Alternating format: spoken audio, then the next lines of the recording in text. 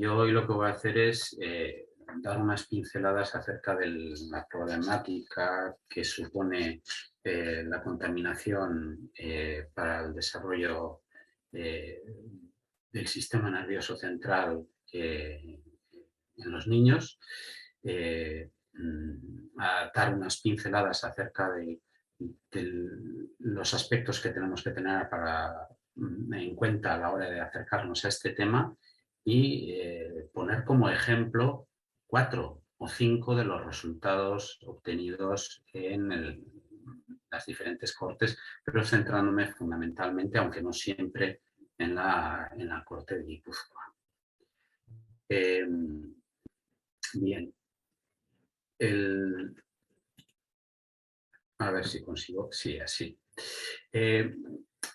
A lo largo del siglo XX se sucedieron una serie de sucesos, eventos de contaminación masiva que nos permitieron ponernos, digamos, en guardia ante los peligros que podía suponer la contaminación, pero siempre en eventos de contaminación masiva. Uno de los primeros y más impactantes fue el de Minamata, en Japón.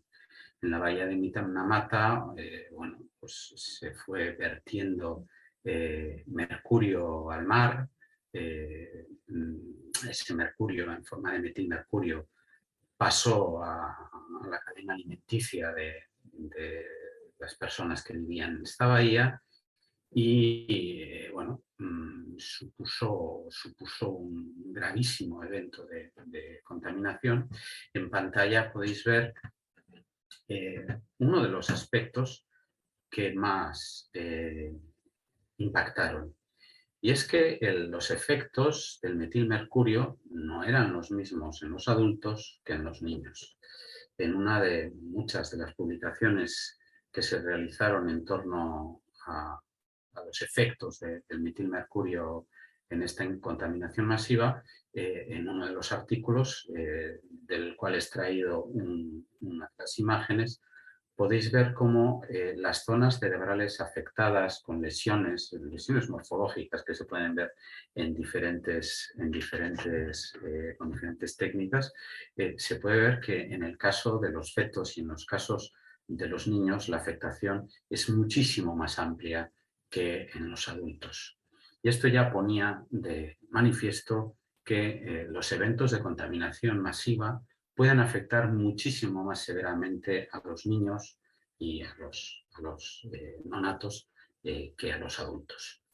Por cierto, que hay esta imagen que tenéis ahí de una mujer abrazando a un niño con secuelas supongo yo que malformaciones en brazos, piernas, microcefalia, etcétera, fue sacada por un fotógrafo norteamericano sobre cuya vida y cuya actividad en Minamata se ha realizado hace no demasiado una película que ha protagonizado Johnny Depp. La verdad es que es una película impactante y que os recomiendo que veáis. Pero ha habido más casos también masivos que han puesto también de manifiesto estos efectos tan nocivos en los niños y en el neurodesarrollo. En 1984, por ejemplo, se hizo famosa en todo el mundo la tragedia de Bhopal. En Bhopal hubo una fuga de isocianato de metilo, una fábrica de Union Carbide, UCAR, no sé si os suenan las pilas UCAR, pues viene de Union Carbide, las pilas UCAR, igual los que tengáis bastantes años menos que yo, pues no suenen. Sin embargo, igual siendo navarros, si os suena alguna empresa, por ejemplo en Arorbia había una empresa de electrodos de UCAR. Paulatinamente se les ha ido cambiando el nombre, ahora las pilas UCAR las conocéis como Energizer, y estas pilas en realidad se les ha cambiado el nombre por esta tragedia, porque Union Carbide quedó absolutamente manchada y desprestigiada por la tragedia en Bhopal, en la que murieron inmediatamente, murieron en los primeros meses después de la fuga. Hubo unas 3.000, 4.000 muertes, pero luego se han ido sumando todas las muertes debidas a los efectos en los siguientes años y se calcula que han llegado a fallecer en torno a 25.000 personas y han quedado con secuelas en torno a 500.000. La verdad es que se ha terminado demostrando que fue una negligencia en el mantenimiento de algunos de los depósitos, y esto puso de manifiesto otro de los grandes problemas actuales, y es que los países occidentales nos estamos dedicando en mayor o menor medida a limpiar y a evitar a limpiar la existente y a evitar la contaminación nueva en nuestros territorios, pero en muchos casos externalizando actividades peligrosas a otros territorios, a otros países en vías de desarrollo o pobres, lo que ha dado pie a lo que se conoce como racismo ambiental, es decir, todo aquello que nos sobra, que no queremos, lo mandamos a otras zonas. Y no se trata de un fenómeno en el que tengan que estar implicados países como India, Bangladesh o países de África. Sorprendería saber a mucho navarro y a mucho guipuzcoano qué se hace con su basura. Su basura, todos pensamos que la basura orgánica, por ejemplo, que nosotros desechamos, va en nuestras bolsas desechables a una central en la que se termina compostando. Se termina compostando en el caso de que no haya ningún tipo de resto metálico contaminante en la misma. Daros cuenta que esas bolsas terminan en camiones.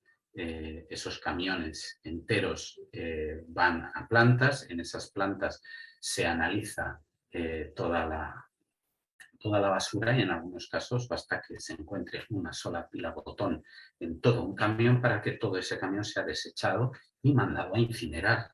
Y mandado a incinerar, en el caso de Guipúzcoa, a Francia. Lo que estamos haciendo es pagar por mantener limpio nuestro territorio, porque la legislación local o la autonómica no permite ese tratamiento, pero realmente en muchos casos estamos mirando para otro lado. Otros dos de los casos también que pusieron de manifiesto todos estos problemas fueron el caso del trigo contaminado en Turquía. Se trataba de trigo que en realidad iba a ser utilizado para la siembra y había estado tratado con fungicidas, con HC, con hexaclorobenceno. Y este fungicida en realidad no debe de ser utilizado para el trigo de consumo, pero fue derivado del trigo para la siembra a trigo de consumo. Afectó en torno a 4.000 personas, de los cuales murió más o menos un 10% en los adultos. Sin embargo, entre los niños afectados la mortalidad fue de 85%. Y otro de los casos también que puso en manifiesto los riesgos de este tipo de contaminación fue el caso del aceite de arroz Caneni. Caneni es una marca. Esta marca, pues en su sistema de producción, utilizaba bifenilos policlorados como retardantes amortiguadores de la temperatura.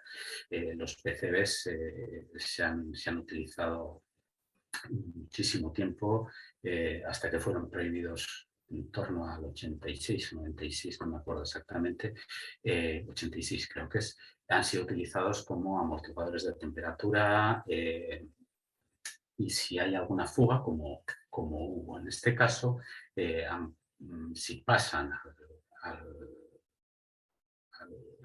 eh, a la cadena alimenticia, pueden tener efectos pues, teratógenos enormes, entre ellos pues, hepáticos, dermatológicos, y afectan tremendamente al sistema nervioso central. En realidad, en este caso, estamos hablando de en torno a unos 14.000 casos, y nada, 10 años después en Taiwán, casi en las mismas circunstancias y con el mismo tipo de aceite de arroz en otra empresa, también se encontró una mayor afectación en niños.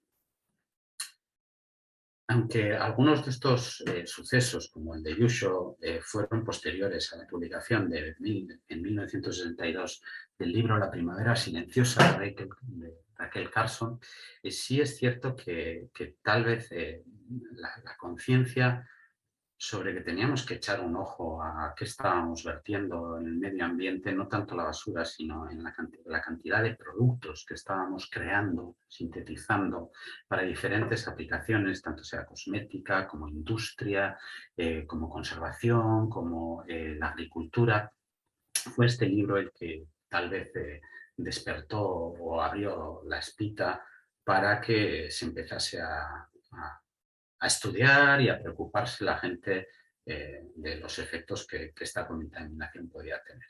De todos modos, es importante, y es por eso por lo que empezaba así, poner de manifiesto que en este primer momento la preocupación se centra casi exclusivamente en grandes eventos de contaminación, en grandes impactos, como estos que he citado. Sin embargo, Carson señala que son decenas de miles de productos, que hemos vertido al medio ambiente, que son nuevos y que son productos que no estaban en el ambiente de adaptación en el que nosotros evolucionamos. Los seres vivos hemos estado expuestos en nuestro planeta a muchísimas sustancias, pero en los últimos 100 años el ser humano ha introducido en el medio ambiente miles de sustancias nuevas, miles de sustancias que a nuestros organismos les resultan absolutamente nuevas, para cuya excreción y cuyo metabolismo no hemos desarrollado sistemas y que pueden o potencialmente tienen la capacidad de tener efectos negativos. Bien, además, algunos de estos productos son tremendamente persistentes, permanecen en el medio ambiente y se degradan muy poco. Y en el caso de que se degraden, en muchos casos su degradación sigue siendo, los subproductos de la degradación siguen siendo tan nocivos como los propios productos. Así que se trata de un problema que va acumulándose en el tiempo, va haciéndose cada vez más grave y mientras tanto, bueno, pues se sigue relativamente mirando hacia otro lado. Al principio el libro de Carson fue tremendamente criticado por la industria química, que era demasiado alarmista, que, bueno, quitando fugas masivas de algunos elementos y los sucesos que nombrado anteriormente, no parecía que dosis relativamente menores de exposición a dosis relativamente menores de muchos de los compuestos pudiera ser nociva. Sin embargo, y aunque en aquel momento todavía no había mucha investigación llevada a cabo, sí que empezaba a haber algunos datos acerca de disruptores endocrinos o sustancias que podían funcionar como disruptores endocrinos en algunos anfibios, en aves y fundamentalmente en animales. Pero no se tenía conciencia de que podíamos ser nosotros mismos los, digamos, paganos de dicha contaminación. Una vez establecida la preocupación, las diferentes agencias gubernamentales empiezan a preocuparse por establecer niveles de exposición seguras. Niveles de exposición seguros que son definidos fundamentalmente en adultos. Y, bueno, los profesionales de la psicología o de las neurociencias sabemos, por algunos fenómenos de contaminación, de exposición, que no es lo mismo la exposición puntual de un adulto a una sustancia nociva o la exposición de un sistema nervioso central en desarrollo. Y pongo dos solamente ejemplos con los que la gente en general, o al menos los estudiantes de psicología, en las asignaturas, pues, por ejemplo, de psicología fisiológica, han podido han podido estar en contacto. Y es los efectos del tetrahidrocannabinol, la sustancia activa del cannabis, en adolescentes y en personas adultas. Los efectos neurocognitivos de esta sustancia en adolescentes pueden llegar a ser permanentes y no revertirse. Sin embargo, en un adulto que consuma cannabis, bueno, una vez que se le han pasado los efectos, no tiene por qué dejar secuelas. Y del mismo modo el alcohol. A un adulto el consumo de alcohol moderado le puede dejar una resaca. Sin embargo, el consumo puntual en algunas épocas del embarazo, en función de las cantidades que se ingieran, puede llevar a lesiones permanentes en el sistema nervioso de los niños. Y tenemos ahí el ejemplo del síndrome alcohólico fetal. Bien, por lo tanto, estamos familiarizados con la idea de que no todas las fases del desarrollo del sistema nervioso central suponen una susceptibilidad igual para todas las sustancias. Así que la primera idea que se nos ocurre o que nos viene a la cabeza es si dosis bajas de diferentes sustancias, pero en combinaciones complejas entre ellas mismas y con otros factores de exposición, pueden tener una capacidad neurotóxica mucho mayor que en los adultos. Es decir, si lo que es seguro para un adulto puede no serlo para un niño, pero es que además también no solamente la dosis que sea segura para un adulto de una sustancia, sino es que dosis pequeñas en combinación pueden estar potenciando sus efectos y impactar en un sistema nervioso en desarrollo de un modo muy diferente a cómo pueden estar impactando en un sistema nervioso ya desarrollado. Los cálculos más conservadores cifran hoy en día en que en torno a un 3% de los trastornos del desarrollo, del neurodesarrollo, pueden ser debidos directamente a la contaminación y en torno a un 25% a la interacción entre factores medioambientales, de contaminación medioambiental y susceptibilidad genética individual. Estos son porcentajes que yo creo que incluso son relativamente optimistas. Solamente querría recordaros el fenómeno del aumento progresivo de la incidencia del autismo o de trastornos de espectro autista en los últimos 40 años. Bien, es cierto que en gran caso, en gran parte puede deberse a un mejor diagnóstico. Se diagnostican muchísimo más casos que antes, pero incluso si cogemos las zonas en las que mejor capacidad diagnóstica hay y más tiempo se lleva haciendo un trabajo de diagnóstico tanto de síndrome de espectro autista, de trastornos del espectro autista, como por ejemplo, el TDAH, la incidencia va subiendo. Por lo tanto, creo que son unos porcentajes relativamente optimistas. Por otro lado, otro de los problemas con los que nos encontramos es que muchos de estos compuestos, de los que voy a hablar muy brevemente ahora, muchos de estos compuestos entran dentro es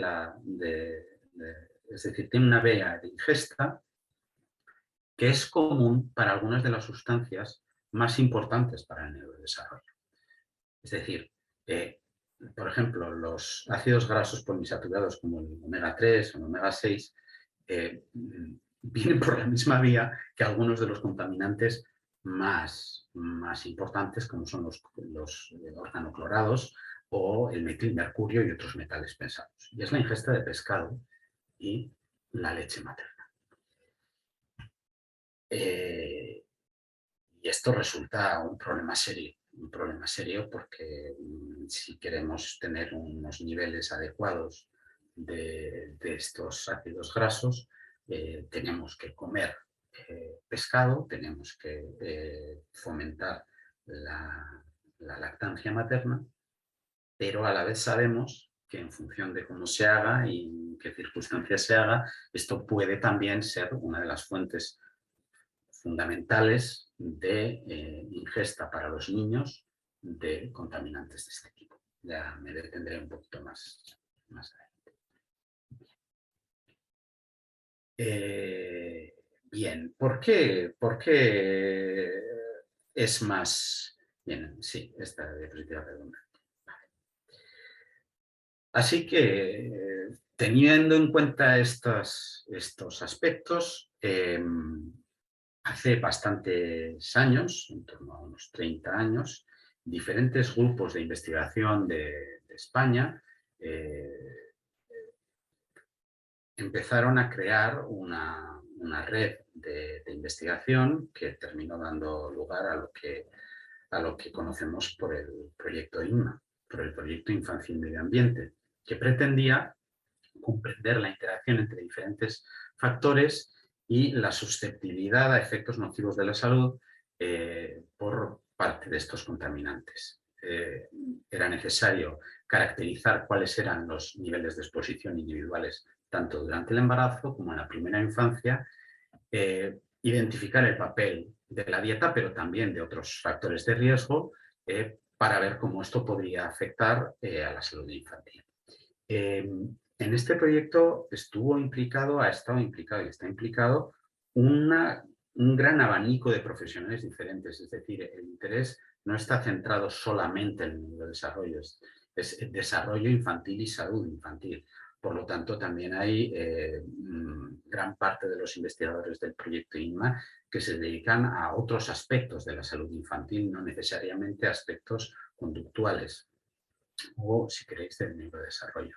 Pero evidentemente los psicólogos y neuropsicólogos que formamos parte de este grandísimo proyecto, bueno, pues sí que nos hemos dedicado a, en diferentes fases del desarrollo de todas las cohortes, establecer medidas de diferentes aspectos neuroconductuales para ver qué efectos podíamos relacionar con las exposiciones a contaminantes a lo largo del embarazo y a lo largo de la primera infancia. Evidentemente, al final, el objetivo es desarrollar medidas correctoras y estrategias preventivas. Poder decirle a las autoridades qué recomendaciones se pueden hacer en la dieta a largo plazo, a lo largo del embarazo, durante la lactancia y durante la primera infancia. Y algunas de estas ya veremos cuáles son las que se han podido derivar del proyecto INMA, algunas muy puntuales. Bien, ¿qué compuestos son qué familias de compuestos se han estudiado? Bien, por una parte, se ha centrado bastante la atención en los compuestos orgánicos persistentes. Principalmente los ingerimos por medio de la dieta y el agua de consumo, pero funcionan fundamentalmente por la dieta. Son lo que llamamos bifenilos policlorados, los PCBs, son los metales pesados como el plomo y el mercurio fundamentalmente, y en menor medida, aunque también tienen sus efectos y se han estudiado, el cadmio y el manganeso. También se han estudiado los efectos de metaloides como el arsénico y plaguicidas como el DDT y sus subproductos de degradación como el DDE. Los PCBs en realidad son una gran familia que tiene alrededor de unos 200 compuestos diferentes y no todos tienen la misma capacidad tóxica, los mismos efectos, la misma potencia. Se han utilizado muchísimo. Fueron prohibidos en torno a 1986, pero hasta entonces se habían utilizado sobre todo por su capacidad para amortiguar la temperatura. Son tremendamente estables térmicamente y resisten muy bien la inflamabilidad, es decir, el fuego. Entonces, en muchísimos motores en muchísimas máquinas para sellar bobinas, no sé si habéis visto una bobina de un motor, muchas veces está revestida de una resina, de una especie de barniz. Muchos de estos compuestos, hasta el año 86, eran de esta familia, eran PCBs. Además, se utilizó como componentes de los lubricantes, componentes de fluidos eléctricos. Bien. Claro, se descubren sus efectos teratógenos, se descubren sus efectos tóxicos y se prohíben en 1986. Sin embargo, hay una cantidad enorme de maquinaria en marcha en gran parte de la industria que los tiene ya. Y estas sustancias van pasando muy poquito a poco al aire, al agua y de ahí al mar. Y en el mar terminan en pescados y mariscos que nosotros consumimos. Así que, aunque estén prohibidos, las zonas que han sido fundamentalmente industriales, como es el caso, por ejemplo, de Guipúzcoa, en las zonas industriales los PCBs han estado presentes y siguen presentes, aunque ya no se compre ninguna máquina nueva ni se utilice ningún lubricante con PCBs en este momento. Pero todo lo que se ha utilizado está en los suelos y de los suelos pasa a los acuíferos, de los acuíferos a los ríos, al mar y lo terminamos consumiendo. Y en otros casos también, pues si pasa a los suelos, de ahí pasa a los acuíferos, a los ríos y de ahí a algunos embalses de los cuales nosotros extraemos agua de consumo. Así que estamos expuestos a los PCBs aunque ya los hayamos prohibido y la exposición además va a ser muy larga porque su degradación es tremendamente lenta. Una de las características que tienen los compuestos orgánicos persistentes y en concreto también los PCBs es que son lipofílicos, es decir, se acumulan en los tejidos adiposos. Así se acumulan en el hígado, se acumulan en el cerebro y se acumulan, al acumularse en los tejidos adiposos, es como una especie de fenómeno perverso, terminan pasando, es decir, la primera vez que tuve contacto con este dato me lo explicaban de una manera que a mí me impactó tremendamente y es que la única manera que tenemos de deshacernos de los PCBs que tenemos ya en nuestro cuerpo, los hombres por poco podemos hacer, es dar de mamar a nuestro hijo, si somos mujeres. Porque en la leche, en la grasa de la leche, es donde podemos excretar parte de esos PCBs, de esos contaminantes. Es decir, una de las pocas vías de deshacerse de los PCBs que uno tiene es la lactancia. Evidentemente el hecho perverso es que los niños, aparte de a lo largo del embarazo, por la sangre, terminan recibiendo parte de la contaminación de PCBs que tienen sus madres mediante la lactancia. Bien, y en cuanto a sus efectos, fundamentalmente son neurotóxicos. También en dosis más grandes, en animales, en experimentación, sí se ha visto que pueden tener efectos cancerígenos, etc. Pero en dosis relativamente bajas y con el tipo de exposición al que estamos sometidos, los efectos que se han podido reportar son fundamentalmente neurotóxicos. Aquí en la presentación no lo tengo puesto, pero si alguien pregunta bien, ¿y cuáles son las vías de afectación? Bueno, pues, por lo visto se ha visto que disminuyen la actividad dopaminérgica en el córtex prefrontal, interfieren en la señalización de calcio, también interfieren en la cantidad de receptores NMDA que existen, interfieren también en la vía del óxido nitroso y fomentan el estrés oxidativo. Es decir, se conocen cuáles son las vías por las que pueden afectar en experimentos con animales. Pero a nivel poblacional, bueno, pues se supone que son esos los efectos, las vías por las cuales pueden tener los efectos neurocognitivos y neuromotores que podemos observar. Otra de las grandes familias de compuestos que preocupan tremendamente son los metales pesados. El plomo en concreto tiene una mala fama merecida, porque ha estado pues, bueno, presente en muchísimas pinturas, sobre todo,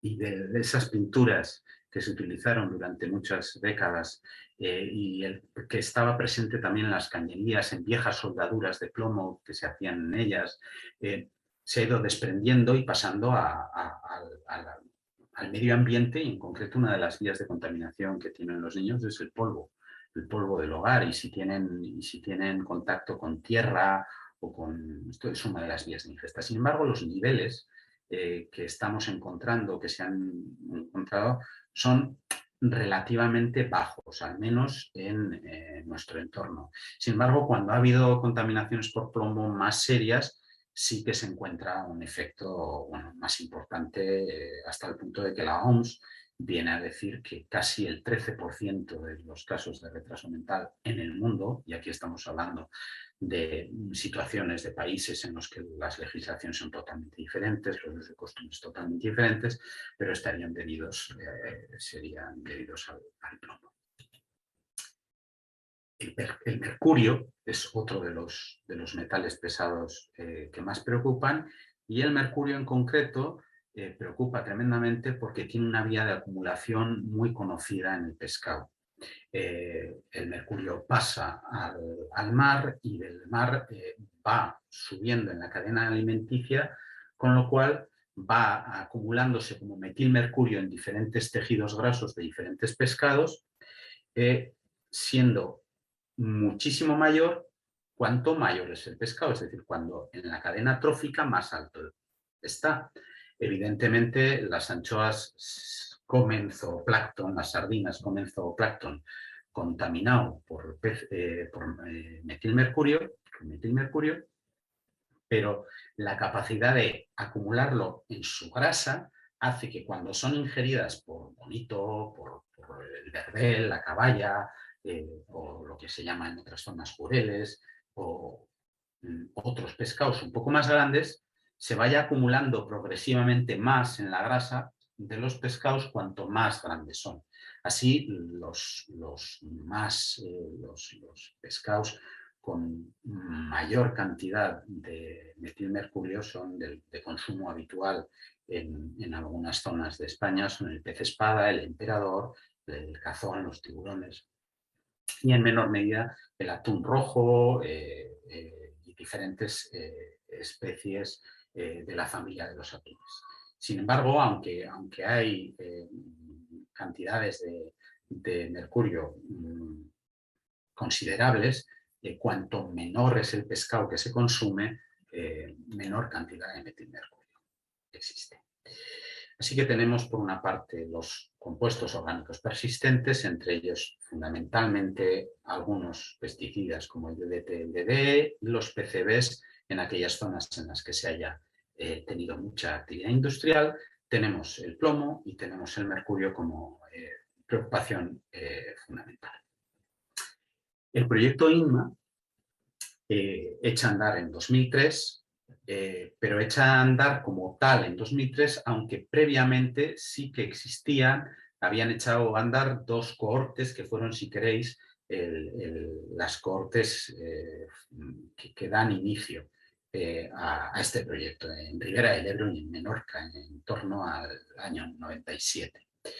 En 2001 comienza la cohorte de Granada, y luego se juntarán las 4 cohortes más modernas, la de Valencia, la de Sabadell, la de Asturias y la de Guipúzcoa. Y además se coordinan de un modo diferente, es decir, cuando los investigadores de Ribera de Ebro empiezan a investigar, no piensan en ningún momento en que van a terminar formando parte de una gran red de investigación con diferentes cohortes en todo el estado, con al final en torno a 3.500 díadas madre-hijo distribuidas en diferentes zonas, con diferentes características sociodemográficas, con diferentes exposiciones, con diferentes comportamientos en cuanto a la dieta, lo cual bueno, les hizo enfocar los temas de un modo.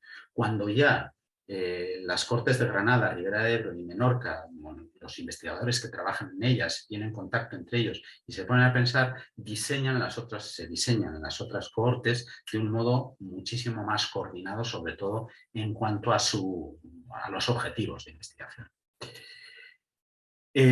Antes de pasar a exponer los instrumentos, me parece que es importante que exponga un poco cómo se ha ido llevando a lo largo de los últimos años este proyecto. Este proyecto comienza en cada una de las cortes con la toma de muestras y la medición de algunas variables en el primer trimestre de embarazo, a lo largo del embarazo, justo después de nacer, por ejemplo, tomando muestras de sangre de cordón umbilical, y a lo largo de los siguientes años se va en cada una de estas cortes haciendo un seguimiento a los 14 meses, a los 26 meses, a los 4 o 5 años, depende de la corte, más hacia 4 o más hacia 5, a los 7, 8 años, a los 11,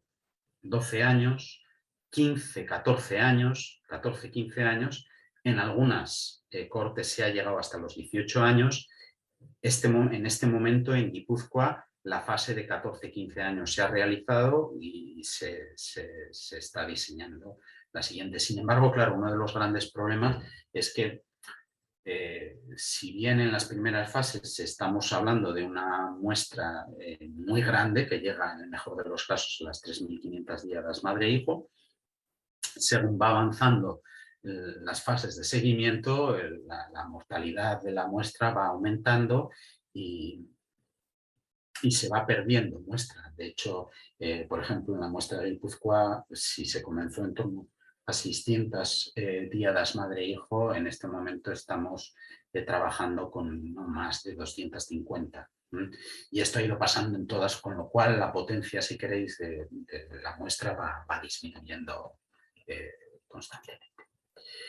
Bien, en cuanto a lo que se refiere a la medición del impacto de estos contaminantes en el neurodesarrollo, las mediciones de los contaminantes se hacen en suero materno a lo largo del primer cuatrimestre, en cordón umbilical del niño, se mide, por ejemplo, arsénico en la uña, se ha medido en alguna de las cortes mercurio en pelo, se toman estas medidas y luego estas medidas se ponen en relación con diferentes puntuaciones, diferentes medidas de rendimiento en las áreas cognitivas o psicomotoras en diferentes etapas del desarrollo.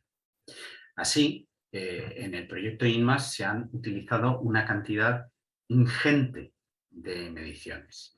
En las primeras fases se utilizaron las escalas de Griffiths y la de Bailey para medir el desarrollo cognitivo y el desarrollo psicomotor en las fases de 14 meses, 26 meses y posteriormente en las fases de 4 o 5 años se pasó a la utilización de las escalas McCarthy o de, por ejemplo, medir otra serie de cuestiones como por ejemplo la competencia social con la escala de California, etc. En las siguientes, la sintomatología TDAH, la cantidad de rasgos autísticos, etc. Yo creo que lo mejor y lo más fácil es ver en las tablas, para que tengamos una idea un poquito de todo lo que se ha hecho, y en estas tablas solamente abarco hasta los 10 años, hasta las fases de 10 años, pero os he dicho que en la gran mayoría de cortes se llevan muchísimas más fases. En esta tabla podemos ir viendo que diferentes aspectos del desarrollo se han ido teniendo en cuenta. Como os decía antes, en la fase de 1 a 2 años se utilizaron las escalas de Griffith y de Bailey, en la de 4 a 5 años las McCarthy, el test de atención de Conners para determinar aspectos relacionados con sintomatología de déficit de atención o sintomatología TDAH utilizando los criterios diagnósticos del DSM-4, los problemas de conducta con el cuestionario de capacidades y dificultades de infancia, el SDQ, la competencia social, como he dicho antes, con la escala preescolar de California, se pasó también el CAST, se pasó el inventario de desarrollo de Battelle. A los 7 años las preocupaciones son diferentes, se pasa el test de red de atención, se pasa el finger tapping test, el EMBAC, las escalas Conner para padres, el SDQ de nuevo, para determinar problemas de conducta. A los 8 o 10 años se vuelve a pasar el test EMBAC, se vuelve a utilizar se utiliza el de Kaufman, el CABIT, y se utilizan algunos test más como diferentes subescalas de WISC. Se utiliza en el caso, por ejemplo, de la corte guipuzcoana el BEST, el Basque English Spanish Test, para ver el desarrollo del VAR. Se vuelve a hacer test en torno a aspectos de atención como el ANT, se utiliza el CP2, el CPT2, se utiliza para las funciones ejecutivas el Go-No-Go test, el STROOP, y para problemas de conducta el Child Behavior Checklist y las escalas de Conner para padres. Es simplemente como una muestra de todos los cuestionarios que se han ido pasando, pero también conviene fijaros un poco lo que os comentaba previamente, es decir, porque también nos da una idea de cuáles son los problemas que tienen este tipo de proyectos coordinados tan grandes. Evidentemente, si nosotros queremos establecer comparaciones entre diferentes cohortes y poder aumentar la muestra de la que se tiene un dato en concreto, se tienen que homogeneizar las medidas. Es decir, no vale a mitad de... Es decir, si la primera corte o la corte que empieza es la de Ribera de Ebro, le sigue Menorca, le sigue posteriormente Granada, y luego se diseñan Asturias, Valencia, Guipúzcoa y Sabadell más o menos a la par, y si para determinar el desarrollo cognitivo y el psicomotor se utilizan las escalas de Bailey, la primera edición en el año 90 y pico en Ribera del Ebre, no se puede pasar a utilizar la segunda edición más adelante. Aunque los criterios de cualquier neuropsicólogo clínico diría que bueno, pues que estando ya la versión 2 no tiene ningún sentido utilizar la primera versión, la primera edición. Y sin embargo, para poder comparar lo que se ha recibido en los datos que se tienen de una de las cohortes con los de los demás, es necesario tomar este tipo de decisiones.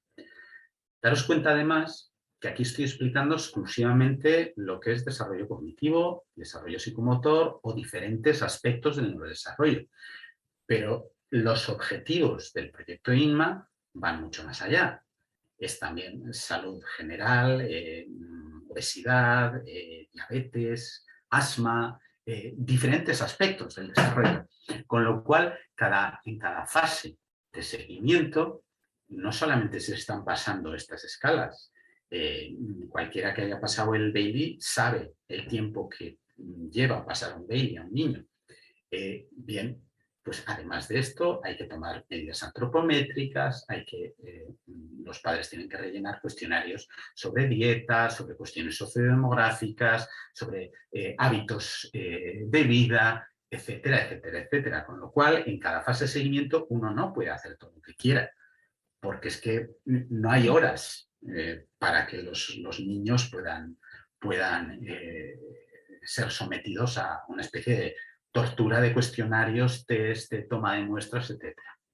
Así que había que llegar a acuerdos entre todas las cortes de cómo se diseñaba cada fase de seguimiento. Por lo tanto, el trabajar, toda la gran ventaja que tiene el poder extraer cantidades enormes de datos y ponerlos en relación de unas cortes con otras, tiene también el pago de tener que coordinarse y tener a veces que tomar decisiones pues, que igual al neuropsicólogo de turno no le parece lo más adecuado o le parecería muchísimo más adecuado utilizar tal test o tal cuestionario, pero es que es demasiado largo y hay que pensar que en la visita al ambulatorio o al centro de salud que van a tener los niños que han sido reclutados para el estudio, van a tener que estar X tiempo, no pueden ser 3 horas, 4 horas o 5 horas. Y ya ni te cuento cuando empezamos a tomar muestras para otras cuestiones de las que aquí no voy a hablar, de saliva, para determinación de cortisol, para determinación de testosterona, de estradiol, de otras hormonas. Hay que ser muy comedido a la hora de decir, bien, en esta fase de seguimiento de 4 o 5 años los niños llegan al ambulatorio y se les pasa tal escala, se les da a los padres tal cuestionario, se le toma muestra de tal, se le toman medidas antropométricas, pero no puedes extenderlo en horas y horas y horas y horas. Así que es importante a la hora de hacerse preguntas como ¿y cómo no se les pasó tal? ¿O se les debería haber pasado tal otra cosa? A veces, pues bueno, pues no se ha podido. Pero en algunos casos, pues la potencia es tremenda. Pues, por ejemplo, el tener datos de sintomatología TDAH en todas las cohortes o que la McCarthy las escalas McCarthy hayan sido pasadas en todas las cohortes o que muchos de los test hayan sido pasados al menos en 4 cohortes, da una potencia tremenda. Sin embargo, aunque eso no sé si es una buena noticia o mala noticia, para el investigador a veces el objetivo parece ser que es encontrar mucho, ¿no? Encontrar muchos efectos. Pero claro, aquí cuanto menos encontremos, se supone que mejor. Es decir, si todo esto nos da que no encontramos ninguna relación entre ninguno de los contaminantes analizados en cordón umbilical, en suero materno del primer cuatrimestre o posteriormente ninguna muestra de saliva, si no encontramos ninguna relación con ningún tipo de desviación en las puntuaciones de ninguno de estos test, pues mejor que mejor, porque estaríamos concluyendo que los niveles de exposición a los que los niños de estas cortes han sido sometidos o han estado expuestos a las dosis a las que han estado expuestos de estos contaminantes, pues no han sido potentes para poder alterar los resultados de estos test. Pues bien, pues claro, uno pasa todo esto y luego encuentra las relaciones que encuentra. Y la verdad es que son, por suerte, no demasiado destacables, pero las que son importantes y hay que tenerlas en cuenta. Voy a hablar ahora de fundamentalmente los compuestos organoclorados, el plomo y el mercurio. Y creo que voy a hacer un pequeño apunte sobre el hexaclorobenceno, que es uno de los compuestos orgánicos persistentes. Os decía al principio que dentro de los compuestos orgánicos persistentes y en concreto dentro de los PCBs había unos 200 y pico congéneres, 200 y pico sustancias. De ellas no se han medido las 209 que existen, sino se han ido midiendo las que en otros estudios más impacto podía parecer que tenían, que eran tres congéneres, el PCB 138, el 180 y el 153. Bien, los niveles detectados a lo largo en el suero de las madres a lo largo del primer trimestre son lo que podríamos llamar rangos medios bajos con respecto a los que hay en el resto de España y en otros entornos. Sí es cierto que igual en Guipúzcoa se ha detectado en un porcentaje muy alto, pero bueno, también la industria guipuzcoana ha sido muy potente en algunas áreas, sobre todo en las áreas en las que se ha estudiado, y se puede ver una diferencia, por ejemplo, entre Sabadell y Guipúzcoa en el porcentaje de muestras en las que ha sido posible detectar. La vía fundamental de ingesta parece ser el pescado, tanto en Guipúzcoa y en Sabadell, y sí hay una relación entre los datos que se tienen de ingesta de pescado, tanto en Sabadell como en Guipúzcoa, y los niveles de PCBs que se ven. También hay una relación, pero esta es de perogrullo, evidentemente, entre el nivel económico y el nivel de PCB. Pero claro, el pescado no es que sea barato, así que cuanto más pescados, mayor nivel socioeconómico se tiene, normalmente se consumen más pescado y hay más raciones semanales de pescado en la dieta, y esto, si se vive en una zona industrial, pues es posible que tenga una relación directa con la cantidad de PCBs que se encuentra, que es lo que se encontraba. Los resultados obtenidos, y ahora centrándonos un poco en la corte de Guipúzcoa con respecto a los PCBs, es que sí que se ve un patrón de disminución, sobre todo del desarrollo psicomotor y el HCV, el hexaclorobenceno.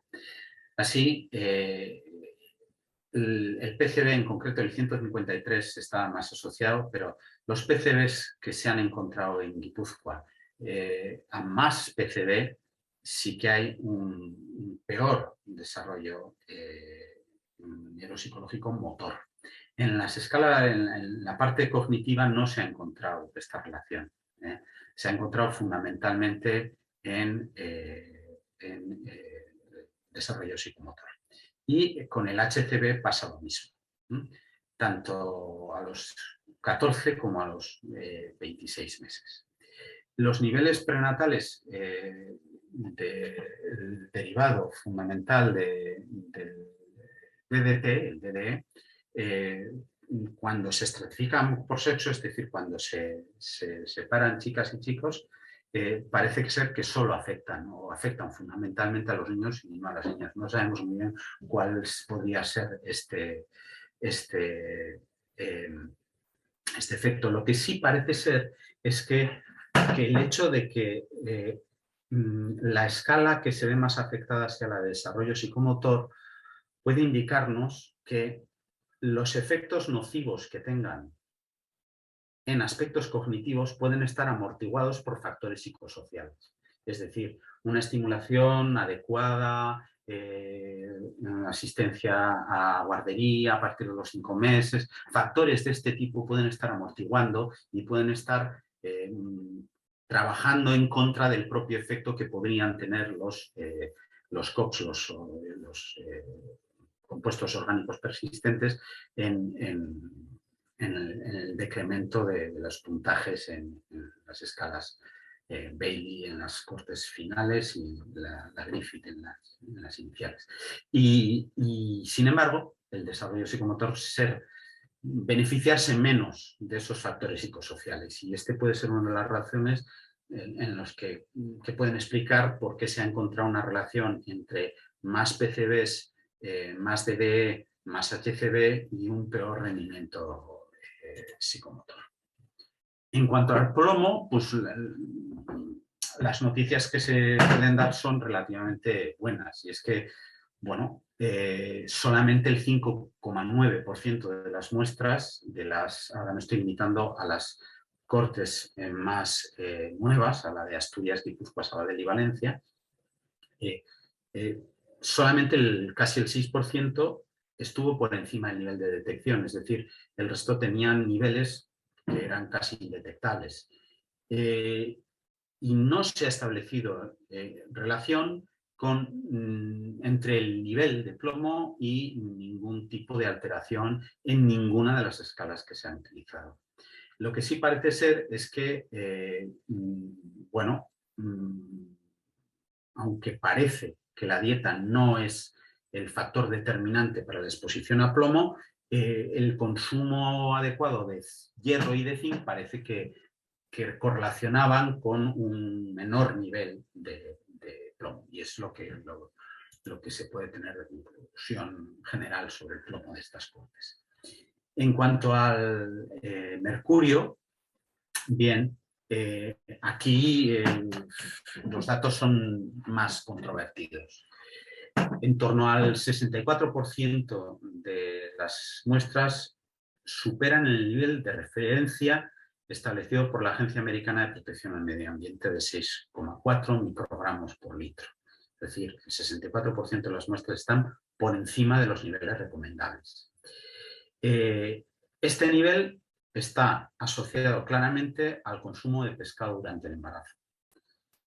Cada vez que se duplica el consumo de pescado azul grande, es decir, estamos hablando de bonito, atún, el nivel de mercurio total en sangre de cordón umbilical aumenta un 11,4%. Cuando lo que se mira es el consumo de atún enlatado, sube un poco menos, el 8,3%, y cuando se mira otros pescados grandes, pescado blanco, merluza, por ejemplo, puede ser 8,4%. Es decir, hay una relación directa entre el consumo de pescado en todas estas muestras de Guipúzcoa, Asturias, Sabadell y Valencia y el mercurio. Sin embargo, en estas 4 cortes no hay una asociación entre nivel de mercurio total en la sangre del cordón umbilical y ningún tipo de indicación de desarrollo cognitivo o motor en los niños posteriormente. Sin embargo, en la corte de Granada sí se encontró una asociación, es una corte previa, y se veía que en la McCarthy sí había un peor rendimiento en este tipo de... en las tareas perceptivo-manipulativas, y en las funciones ejecutivas se veía que había, cuando se comía más de 3 raciones de pescado por semana, había un decremento en estas puntuaciones en las escalas McCarthy. Cuando se analizaba el mercurio total en esta muestra, se hacía en pelo. Y se veía también un decremento en tareas de memoria, en concreto en tareas de memoria verbal.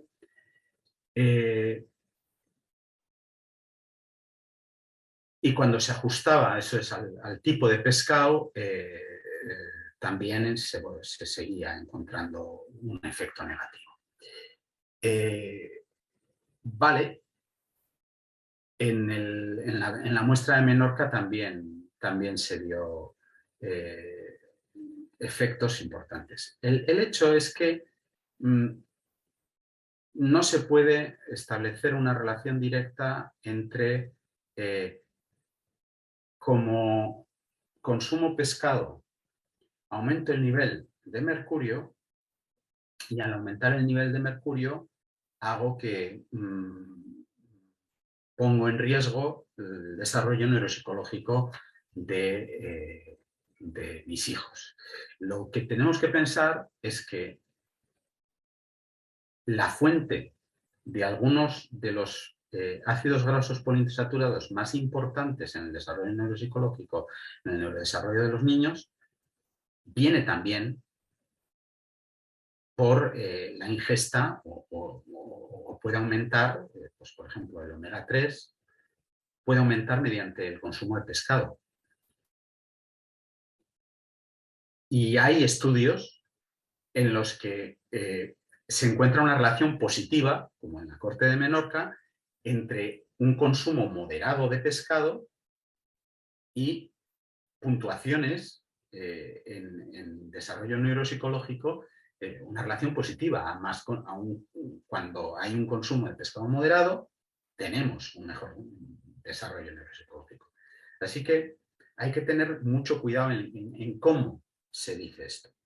Porque no se puede dar como recomendación el no comer pescado a lo largo del embarazo, ni en la primera infancia. Lo que se puede hacer es dar una recomendación de comer moderadamente pescado a lo largo del embarazo y dar moderadamente y de la lactancia, es decir, que la madre coma moderadamente pescado a lo largo de la lactancia, pero a poder ser que ese pescado sea pequeño, es decir, que no sea pescado que sean peces que están altos en la cadena trófica, como puede ser el atún.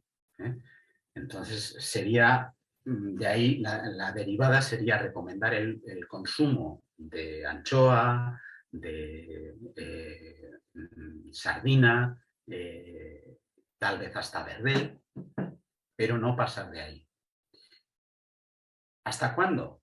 Pues bueno, pues hacen falta más datos, hace falta más estudios.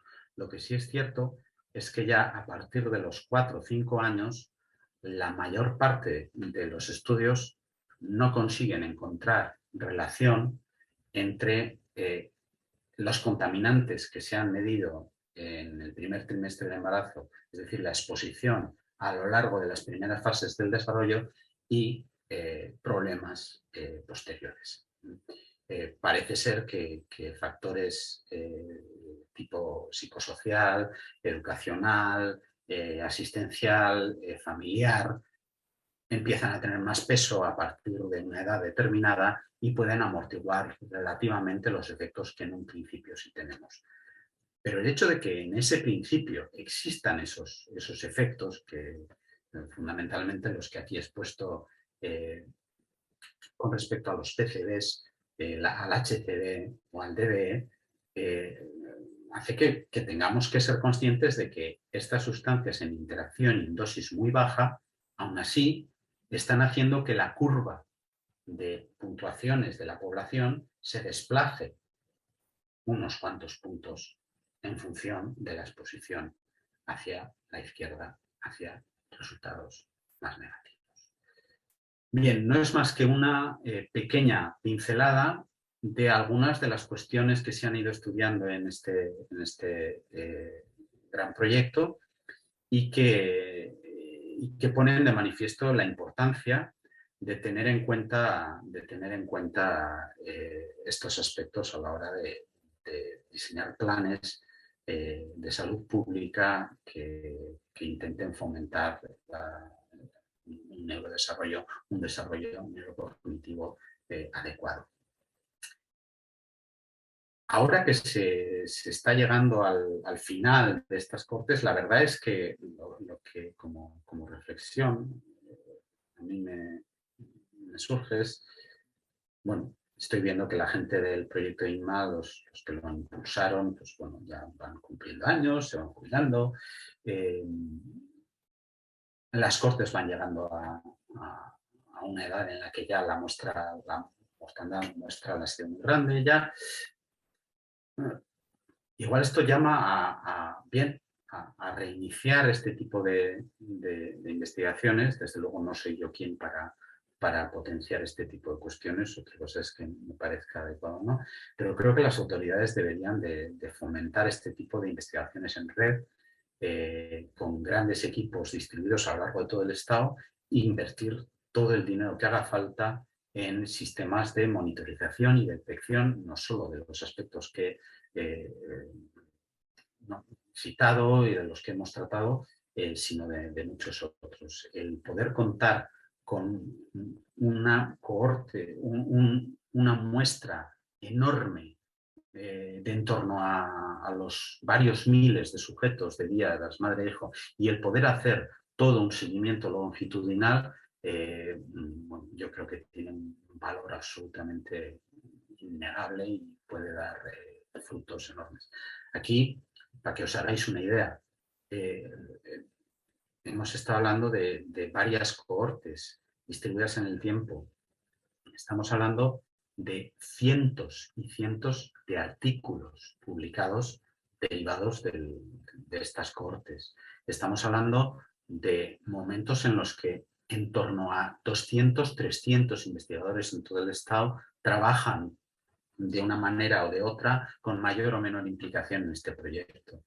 Y estamos hablando de un proyecto que no ha tenido precedentes en el Estado, que debería de ser precedente de proyectos futuros.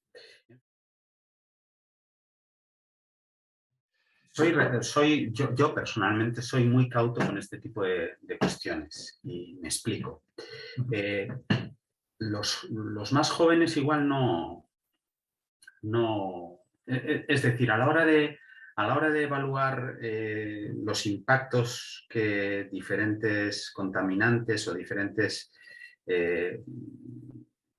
elementos, sí, los microplásticos evidentemente son un elemento contaminador, pero a la hora de evaluar el efecto que pueden tener hay que ser muy cauto. No todos los plásticos son iguales, ni mucho menos.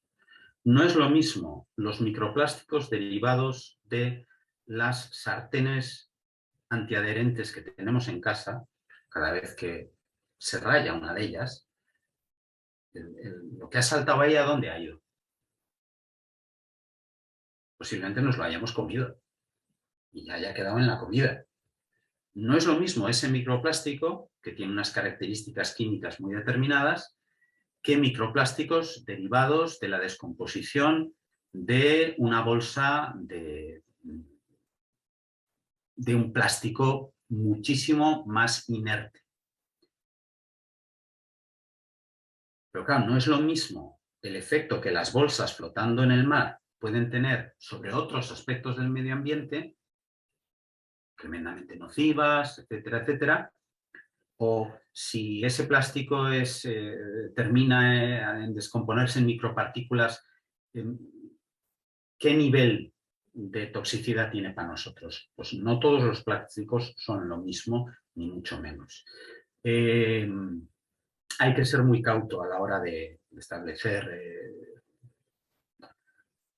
alarmas generalizadas. Evidentemente, como normas generales, yo soy partidario de cuanto menos contaminación mejor y cuanto menos exposición a plásticos mejor. Pero bueno, pero con mucha cautela. Hoy a la mañana hablábamos en el trabajo de esto y hablábamos de, bueno, de toda la gente que va súper contenta con bolsas de algodón a hacer la compra. Bolsas de algodón que además están hechas en algunos casos de algodón orgánico, etc. Sin embargo, la confección de una bolsa de algodón orgánico tiene un impacto medioambiental no igual que el de una bolsa de plástico, sino muy superior. La cantidad de litros de agua que se utilizan, la cantidad de contaminación que suponen muchas de las industrias textiles que hacen este tipo de tejidos es enorme, es enorme. Entonces, no vale cualquier cosa, no vale cualquier cosa, no cualquier solución es mejor que el problema, arregla del todo el problema. Pero, por ejemplo, en el proyecto IMA no se ha determinado hasta la fecha la presencia de microplásticos, al menos en las fases iniciales.